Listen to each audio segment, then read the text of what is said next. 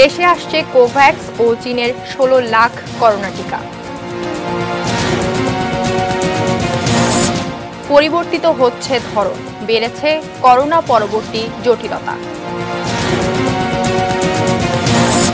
কোন্দল মিটিয়ে দল গোছাচ্ছে আওয়ামী লীগ।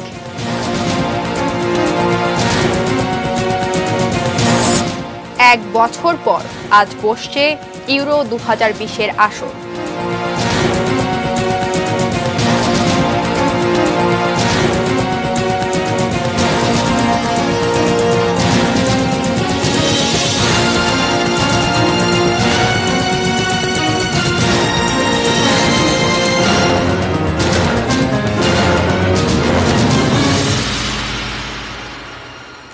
এটি নিউজ দেখছেন, সন্ধ্যা 6টা নিউজ আওয়ারের সঙ্গে আছি আমি মেহসাবিন মুনিয়া। শিরোনামগুলো শুনছিলেন। সেল angle channel HB VSL Bikrampur steel limited. এবারে বিস্তারিত। কোভ্যাক্স অ্যালায়েন্সের আওতায় অক্সফোর্ড অ্যাস্ট্রাজেনেকার তৈরি 10,800,000 ডোজ করোনা ভাইরাসের টিকা পাচ্ছে বাংলাদেশ। শিগগিরই ওই টিকা দেশে আসবে বলে শুক্রবার সাংবাদিকদের জানিয়েছেন পররাষ্ট্রমন্ত্রী একে আব্দুল মোমেন।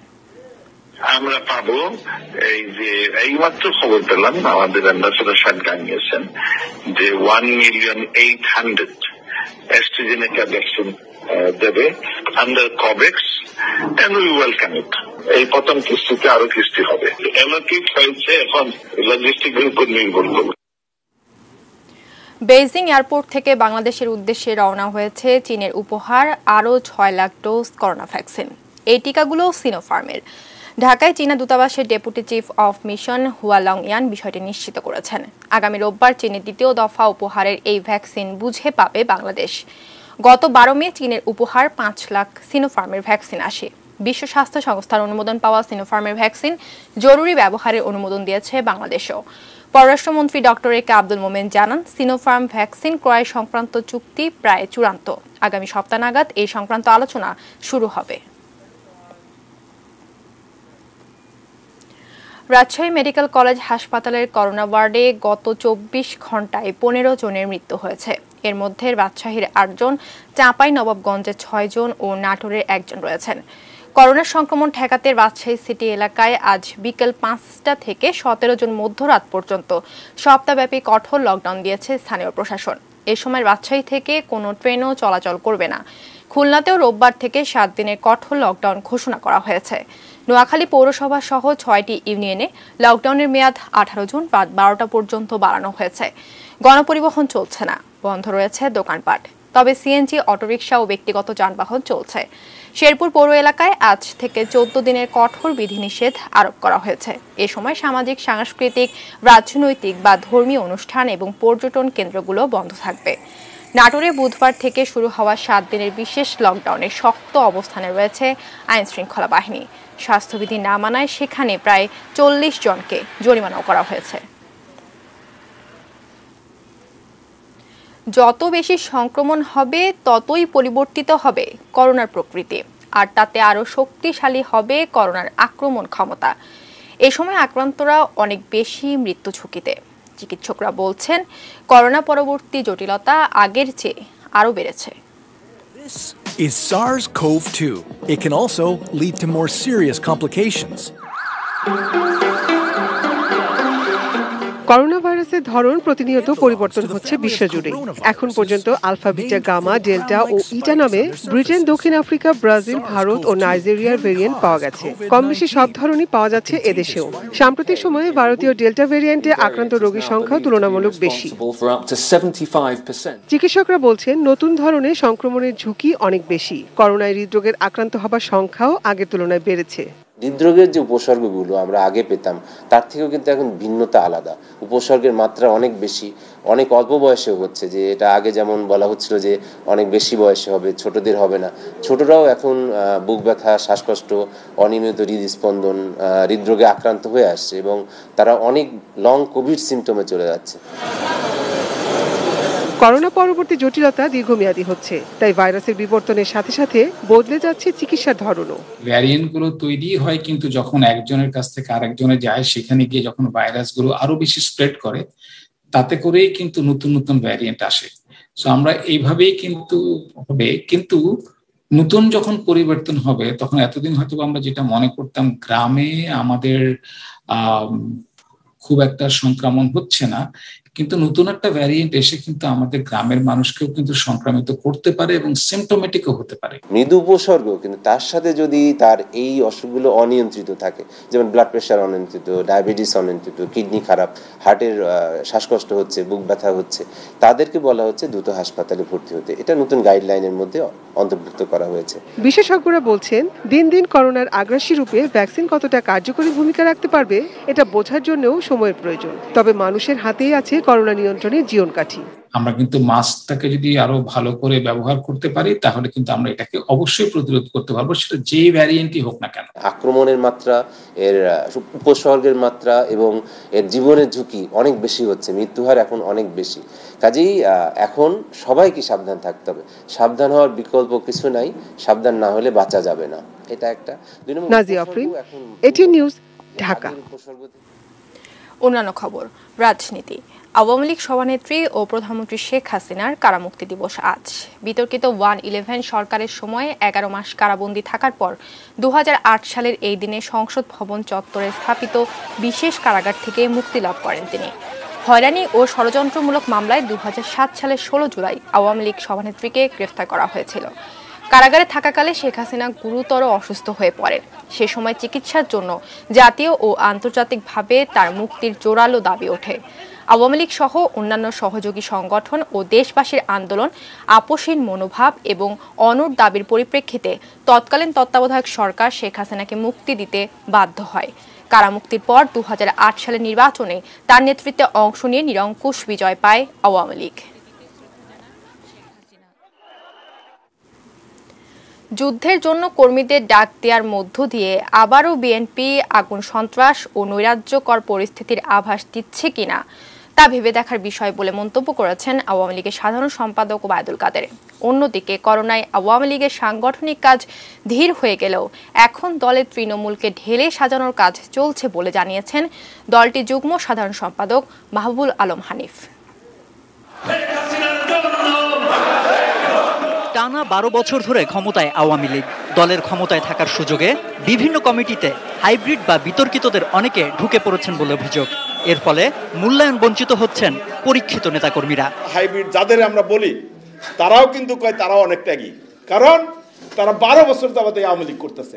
বঙ্গবন্ধু এভিনিউয়ে দলের কেন্দ্রীয় কার্যালয়ে ঢাকা উত্তর আওয়ামী লীগের বর্ধিত সভায় যোগ দিয়ে সে কথাই মনে করিয়ে দিলেন দলটির যুগ্ম সাধারণ সম্পাদক। কোনো অপশক্তি যাতে সুযোগ না পায় সেদিকে লক্ষ্য রাখতে নেতাকর্মীদের প্রতি আহ্বানও জানান তিনি।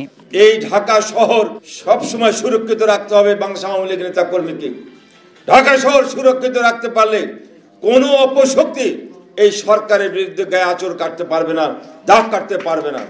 এদিকে বিএনপির আন্দোলনের ডাক বিশৃঙ্খলা তৈরির আভাস কিনা তা ভেবে দেখার বিষয় বলে মন্তব্য করেছেন আওয়ামী লীগের সাধারণ সম্পাদক। সরকার হটানোর নামে যে যুদ্ধংদেহী মনোভাব তারা দেখাচ্ছেন, সেক্ষেত্রে জনগণের জীবন ও সম্পদ রক্ষা সরকার কঠোরভাবে পরিস্থিতি মোকাবিলা করবে।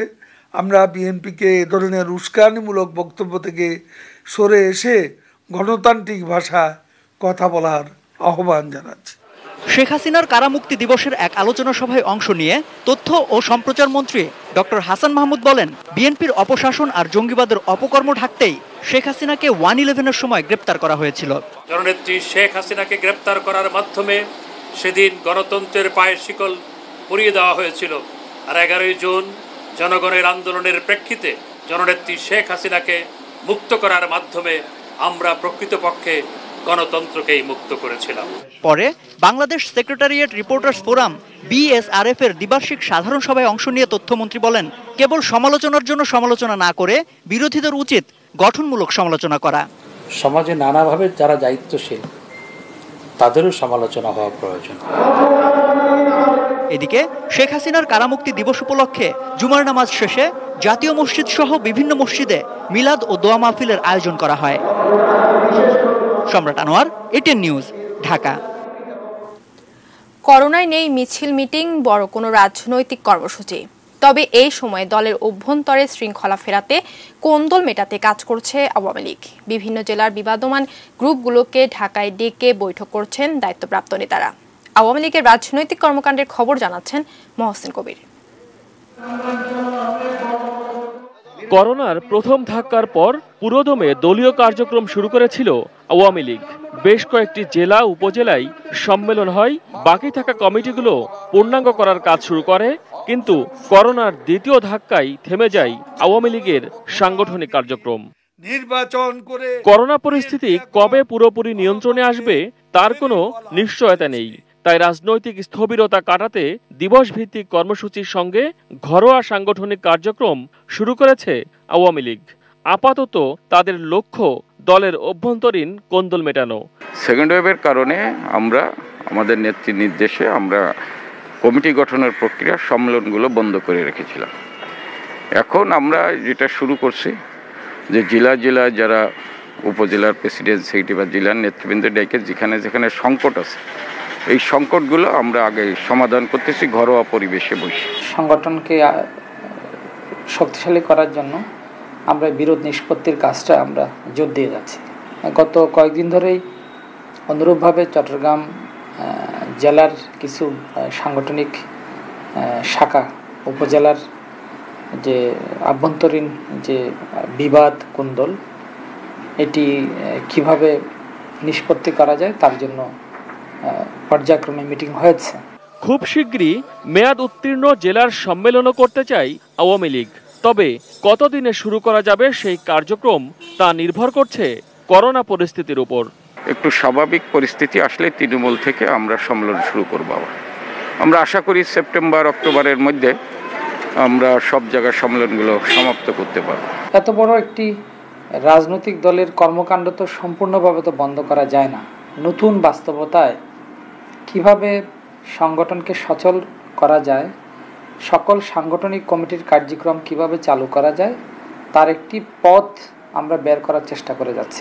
23 জুন দলের 72তম প্রতিষ্ঠা বার্ষিকী।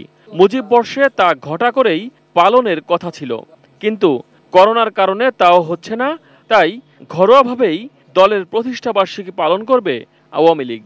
সংগঠনের ভবিষ্যৎ পরিকল্পনা কি আমরা সেটি বাংলাদেশের নতুন প্রজন্মের কাছে আমরা তুলে ধরব। প্রতিষ্ঠা বার্ষিকীতে ঘরোয়া কর্মসূচির সঙ্গে থাকবে ডিজিটাল প্ল্যাটফর্মে সরকার আর দলের ইতিবাচক কর্মকাণ্ডের প্রচার। মহসিন কবির, এটিএন নিউজ, ঢাকা। বিএনপি মহাসচিব মির্জা ফখরুল ইসলাম আলমগীর জানিয়েছেন, করোনা পরবর্তী জটিলতা কাটিয়ে এখন পুরনো স্বাস্থ্য সমস্যায় ভুগছেন খালেদা জিয়া। তিনি দাবি করেন তার যথাযথ চিকিৎসা দেশে সম্ভব নয় বলে মনে করছে মেডিকেল বোর্ড। সকালে গুলশানে বিএনপি চেয়ারপারসনের রাজনৈতিক কার্যালয়ে এক সংবাদ সম্মেলনে একথা বলেন তিনি। বিএনপি নেতারা খালেদা জিয়া এবং নির্বাহী কমিটির সদস্য নিপুণ রায় চৌধুরী সহ আটক সকল নেতাকর্মীর মুক্তি দাবি করেন। দলের স্থায়ী কমিটির সদস্য গয়েশ্বর চন্দ্র রায় বলেন, সরকার নিজের ক্ষমতা পোক্ত করতে বিরোধী দলের প্রতি এমন আচরণ করছে। গণতন্ত্র মুক্তি পেলেই সবার মুক্তি হবে। বেগম জিয়ার সবচেয়ে বড় ক্ষতিটা আদালতেই হয়েছে বলে মন্তব্য করেন মির্জা ফখরুল। বেরিয়ে আসতে গেলে শান্তিপূর্ণ ক্ষমতা হস্তান্তরের পথকে রুদ্ধ করবেন না। ম্যাডামের চিকিৎসাটা একটা বোর্ড করছে, এটার হার্টের প্রবলেম খুব অ্যাকিউট আছে এবং কিডনির সমস্যাটা খুব অ্যাকিউট, দুটোই। এবং তারা মনে করছেন যে বাংলাদেশের যে আমাদের যে হাসপাতালগুলো আছে, যে অ্যাডভান্স সেন্টারগুলো আছে, এগুলো যথেষ্ট নয় তার এই ট্রিটমেন্টের জন্য। তারা বারবার বলছেন যে তার যেটা দরকার, তার বয়স, তার অসুখগুলোর নিয়ে তার আসলে একটু আরও ফার্দার অ্যাডভান্সড সেন্টারে যাওয়াটা তার খুব জরুরি। সন্ধ্যা ৬টা নিউজ আওয়ারের সময় হলো বাইজিদ স্টিল বিরতি নেয়ার। বিরতির পর যা থাকছে, হবিগঞ্জে তেল শোধনাগারের শব্দে কম্পনে অতিষ্ঠ জনজীবন। ফিলিস্তিনি জনগণের নামে টাকা সংগ্রহকারী প্রতারক ফয়সাল গ্রেফতার।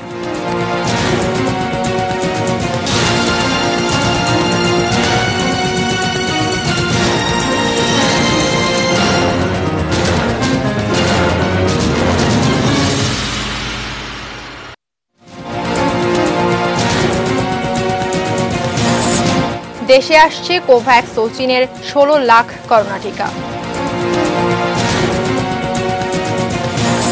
পরিবর্তিত হচ্ছে ধরন, বেড়েছে করোনা পরবর্তী জটিলতা। কোন্দল মিটিয়ে দল গোছাচ্ছে আওয়ামী লীগ।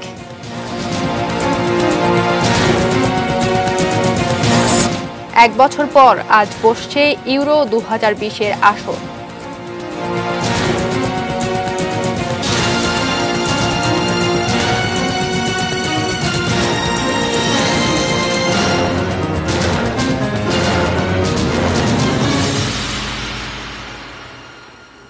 আবার আমন্ত্রণ জানাচ্ছি সন্ধ্যা 6টা নিউজ আওয়ারে।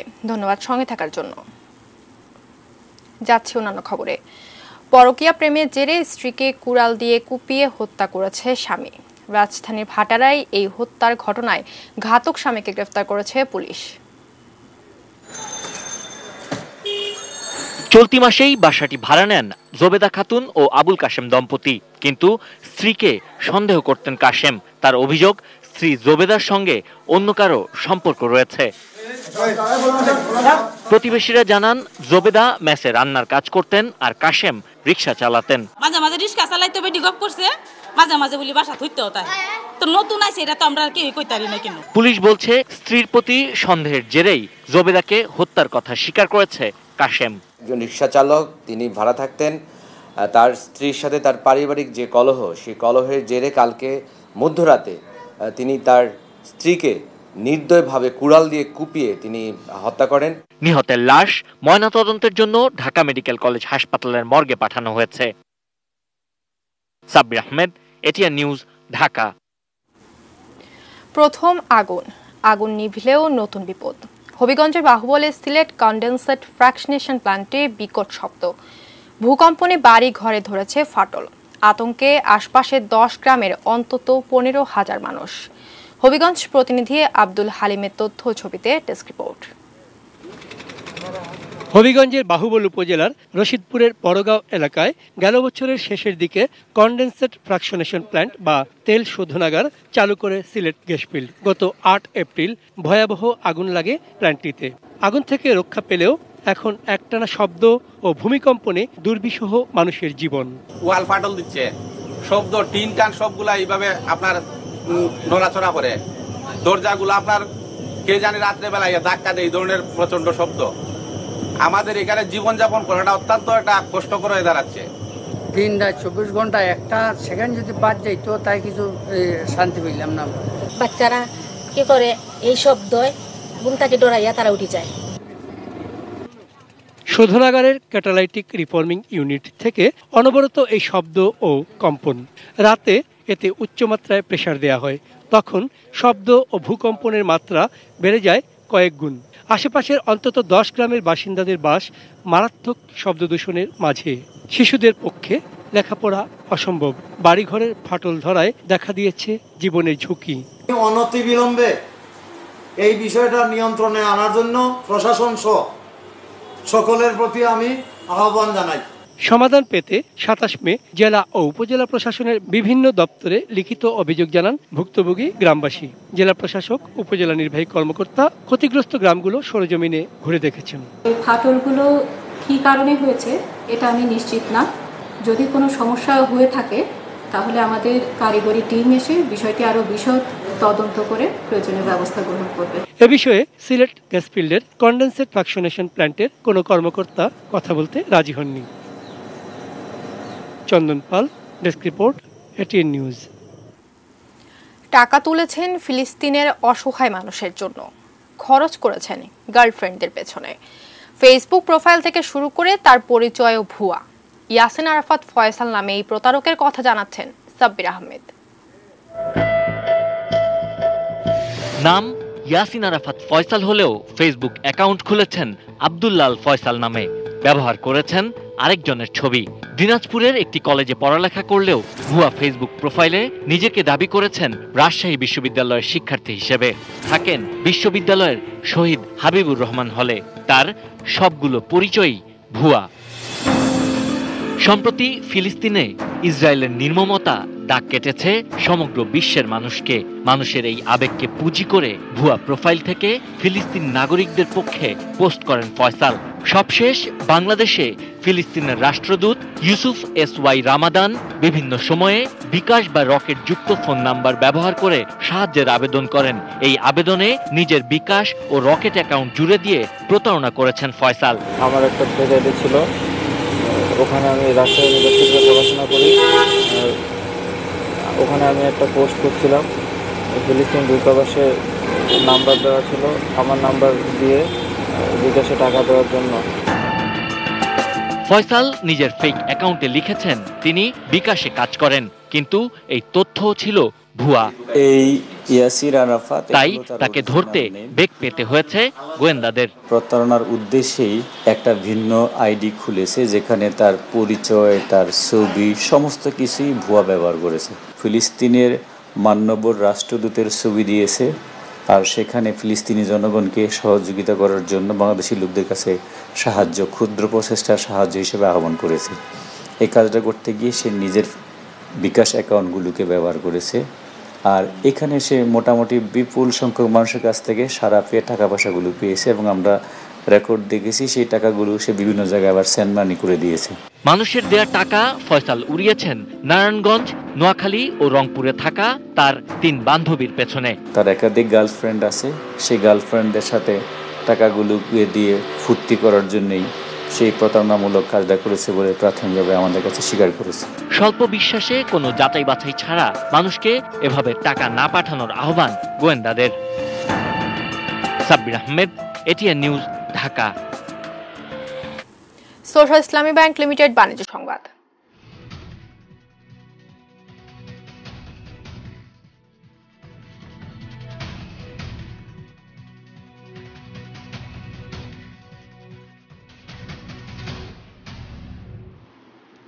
সয়াবিন তেলের বর্ধিত দাম নিয়ে অসন্তুষ্ট সাধারণ ক্রেতারা। ভোজ্য তেলের বাজারের এই লাগামহীন অবস্থার অবসান চান তারা। শুক্রবার রাজধানীর কয়েকটি বাজার ঘুরে দেখা গেছে অন্যান্য নিত্য প্রয়োজনীয় পণ্যের দাম স্থিতিশীলই রয়েছে। সাদমান হোসেনের রিপোর্ট। শুক্রবার সকালে রাজধানীর পলাশী, হাতিরপুল ও কারওয়ান বাজার ঘুরে দেখা গেল সয়াবিন তেলের বর্ধিত দাম নিয়ে ক্ষুব্ধ ক্রেতারা। বর্তমানে 5 লিটার বোতলজাত সয়াবিন তেল খুচরা বাজারে বিক্রি হচ্ছে 715 থেকে 725 টাকায়। 1 লিটারের দাম কোম্পানি ভেদে 144 থেকে 152 টাকা। লিটার ছিল আপনার 130 করে, 130, 35 করে সামথিং, আর এখন হচ্ছে লিটার 150 করে। ইভেন কোম্পানি এটাও বলছে যে সামনে থেকে দাম আরও বাড়তে পারে। 5 কেজি 5 লিটার সয়াবিন তেল ছিল 440 টাকা, এখান থেকে উঠতে উঠতে আজকে 710 টাকা পর্যন্ত হয়ে গেছে। তেলের দামের এভাবে বেড়ে চলায় ভোগান্তিতে পড়েছেন নিম্ন ও মধ্যবিত্তরা। এই বিষয়ে সরকারের সুদৃষ্টিও কামনা করেন তারা। দামটা এত বেশি হওয়া আসলে ঠিক হয়নি। সাধারণ মানুষের জন্য এত দাম দিয়ে তেল কিনে খাওয়াটা কঠিন ব্যাপার হয়ে দাঁড়াইছে। সরকার উচিত যেগুলি যার একটা সীমিত লিমিট মতো দামটা যাতে রাখে। কষ্ট তো অবশ্যই হচ্ছে, কারণ আগে আমরা এই পাম অয়েল যে তেলটা কিনতাম 70 টাকায়, 78 টাকায়, এখন সেই তেল 125 টাকায় কিনতে হচ্ছে। দাম বেড়েছে আটারও। আগে 2 কেজি আটা 70 থেকে 72 টাকায় বিক্রি হলেও শুক্রবার দাম ছিল 80 থেকে 82 টাকা। তবে পেঁয়াজ, রসুন, আলু সহ অন্যান্য নিত্যপণ্যের দাম স্থিতিশীল রয়েছে বলে জানান বিক্রেতারা। Sadman Hossain, ATN news, Dhaka. Metal presence কৃষি সংবাদ, সুজলা সুফলা।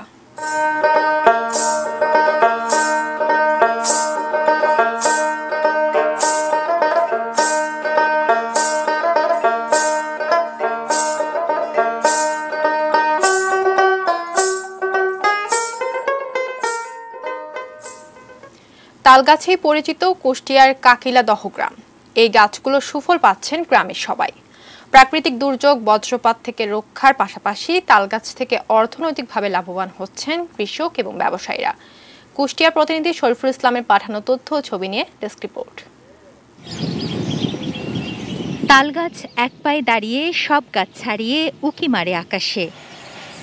কুষ্টিয়ার মিরপুর উপজেলার কাকিলাদহ গ্রাম জুড়ে সারি সারি এই তালগাছ এক পায়ে দাঁড়িয়ে গ্রামের সৌন্দর্যই শুধু বাড়াচ্ছে না, গ্রামের মানুষকে প্রাকৃতিক দুর্যোগ, বজ্রপাত থেকেও রক্ষা করে চলেছে। এই গ্রামেই রয়েছে 15,000 তালগাছ। দাউদ বিশ্বাস নামে এক ব্যক্তি প্রথমে তালগাছ লাগানো শুরু করেন, সেও প্রায় 50 বছর আগে। এখন সেই গাছের বহুমাত্রিক সুবিধা ভোগ করছেন গ্রামের সাধারণ মানুষ। দাউদ কোম্পানি এই গ্রামের লোকজন যাতে তাল কাটি তারা যাতে স্বাবলম্বিত হয় এই উদ্দেশ্য করে উনি এই গাছগুলো সব লাগিয়েছে। দেখা যায় বজ্রপাত গালা রক্ষা রাখছে। তালগাছ শুধু পরিবেশ ও প্রকৃতির বন্ধুই নয়, আত্মপ্রত্যয় এবং আত্মনির্ভরশীলতার প্রতীক। তালের রস, গুড় ও তাল শাঁস বিক্রি করে অর্থ উপার্জনের পাশাপাশি অনেকের সংসারে এসেছে সচ্ছলতা। গাছ কিনি এই যে হাটে হাটে এরকম করে কাটি নিয়ে যাই, বেচা বিক্রি করি, এতে আমাদের মনে করেন অনেকটা লাভবান হয়। সিজনে আসলে অনেক মানুষ তালের রস বা তাল বিক্রি করে অনেক টাকা জমায়। 3 মাসে যা আয় রোজগার হয় তাতে আর 6 মাস চলে রস বিক্রি করে। তাল ও নারিকেল গাছ প্রাকৃতিক ভারসাম্য রক্ষা ও বজ্রপাত প্রতিরোধে গুরুত্বপূর্ণ ভূমিকা রাখে, তাই বেশি বেশি তালগাছ রোপণের পরামর্শ কৃষি বিভাগের। আমাদের মাননীয় প্রধানমন্ত্রী আমাদের একটা দিক নির্দেশনা দিয়েছিলেন যে আমাদের তাল গাছ রোপণ করার জন্য, এই তাল গাছ যাতে করে যে বজ্রপাত সহ অন্যান্য প্রাকৃতিক দুর্যোগ থেকে এটা আমাদের রক্ষা করতে পারে। আগামীতে আমরা আরো যাতে বেশি এই তাল গাছ রোপণ করতে পারে এজন্য কৃষকদের আমরা উদ্বুদ্ধ করছি। তুনাজিনা তনু, ডেস্ক রিপোর্ট, ATN নিউজ। আর একবার নিচ্ছে বাইরে স্টিল বিরতির পর যা থাকছে। ইথিওপিয়ায় দুর্ভিক্ষের কবলে 3.5 লাখ মানুষ, জাতিসংঘ। লাঠি দিয়ে স্টাম্প ভেঙে আবারও বিতর্কে সাকিব।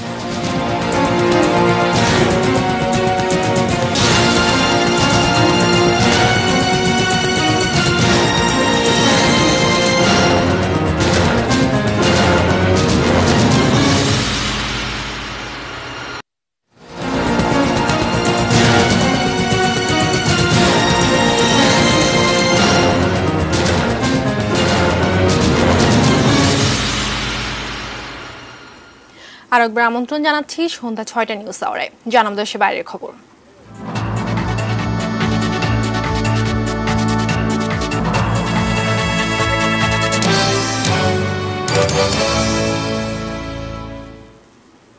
সব জল্পনার অবসান ঘটিয়ে বিজেপি ছেড়ে তৃণমূল কংগ্রেসে ফিরেছেন মুকুল রায়। তৃণমূল ভবনে মুখ্যমন্ত্রী ও দলনেত্রী মমতা বন্দ্যোপাধ্যায়ের উপস্থিতিতে শুক্রবার ছেলে শুভ্রাংশু সহ আবারও তৃণমূলে যোগ দেন মুকুল রায়। বিজেপিতে থাকতে না পেরেই পুরনো দলে ফিরে এসেছেন বলে জানান মুকুল।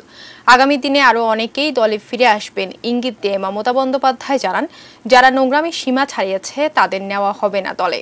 এ সময় সেখানে আরও উপস্থিত ছিলেন সর্বভারতীয় সভাপতি অভিষেক বন্দ্যোপাধ্যায় সহ তৃণমূলের প্রথম সারির নেতারা।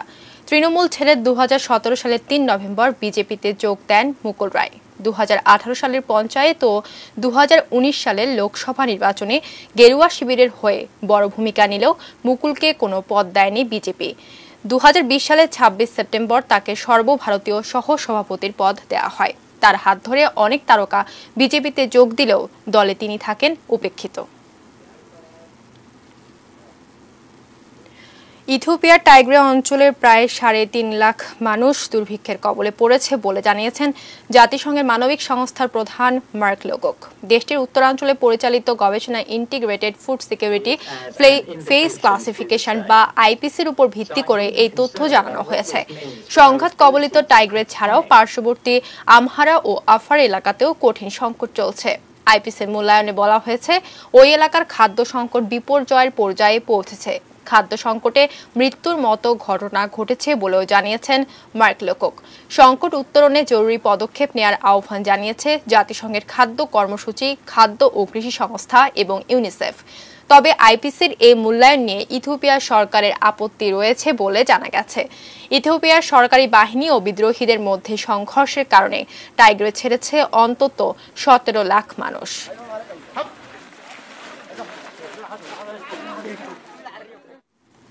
খেলার খবর।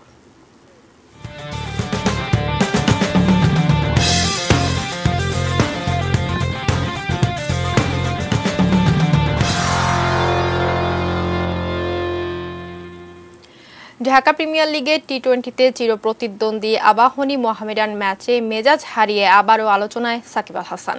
এলবিডব্লিউর আবেদনে আম্পায়ার সাড়া না দেয়ায় লাথি দিয়ে স্টাম্প ভেঙে ক্ষোভ ঝাড়েন মোহামেডান অধিনায়ক। মিরপুরের বৃষ্টিবিঘ্নিত খেলায় সাকিব হাত দিয়ে স্টাম্পও উপড়ে ফেলেন। এই সময় আম্পায়ারের সঙ্গে বেশ বাকবিতণ্ডা হয় সাকিবের।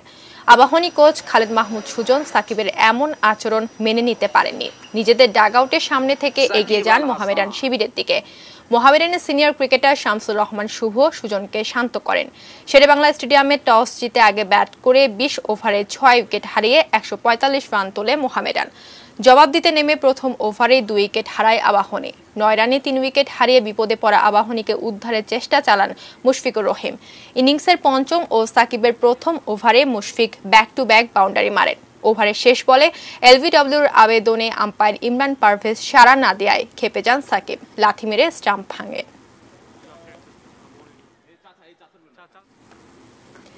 এবারে ইউরো চ্যাম্পিয়নশিপ 2020-এর খবর।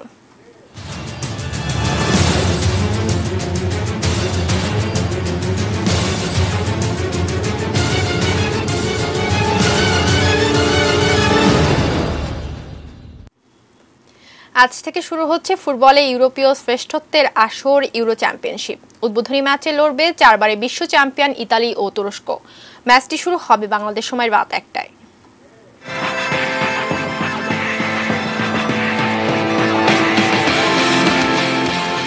গত বছরই হওয়ার কথা ছিল ইউরো চ্যাম্পিয়নশিপ, মহামারীর কারণে হচ্ছে এবছর। তবে নাম থাকছে ইউরো 2020। টুর্নামেন্টের 60 বছরের ইতিহাসে এই প্রথম একক কোনো দেশের বদলে ইউরো হচ্ছে 11 দেশের 11 ভেন্যুতে।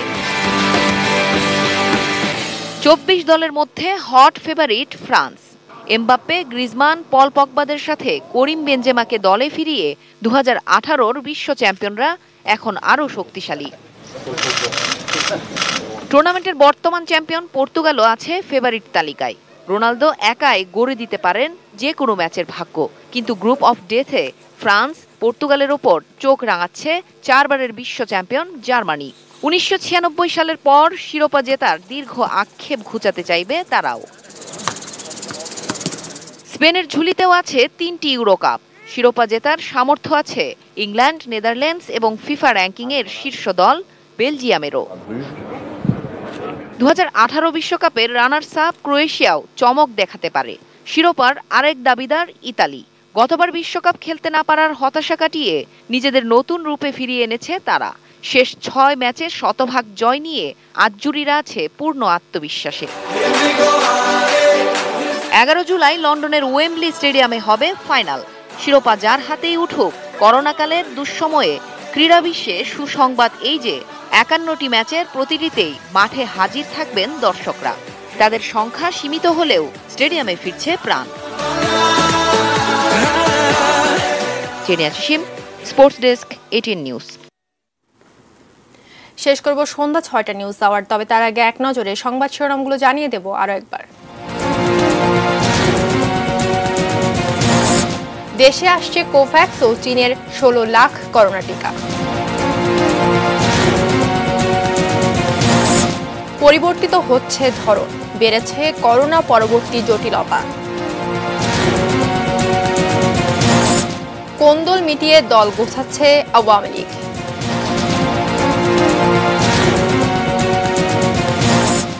এক বছর পর আজ বসছে ইউরো 2020-এর আসর। হবিগঞ্জে তেল শোধনাগারের শব্দে কম্পনে অতিষ্ঠ জনজীবন। ফিলিস্তিনি জনগণের নামে টাকা সংগ্রহকারী প্রতারক ফয়সাল গ্রেফতার। ইথিওপিয়ায় দুর্ভিক্ষের কবলে 3.5 লাখ মানুষ, জাতিসংঘ। এবং লাথি দিয়ে স্টাম্প ভেঙে আবারও বিতর্কে সাকিব।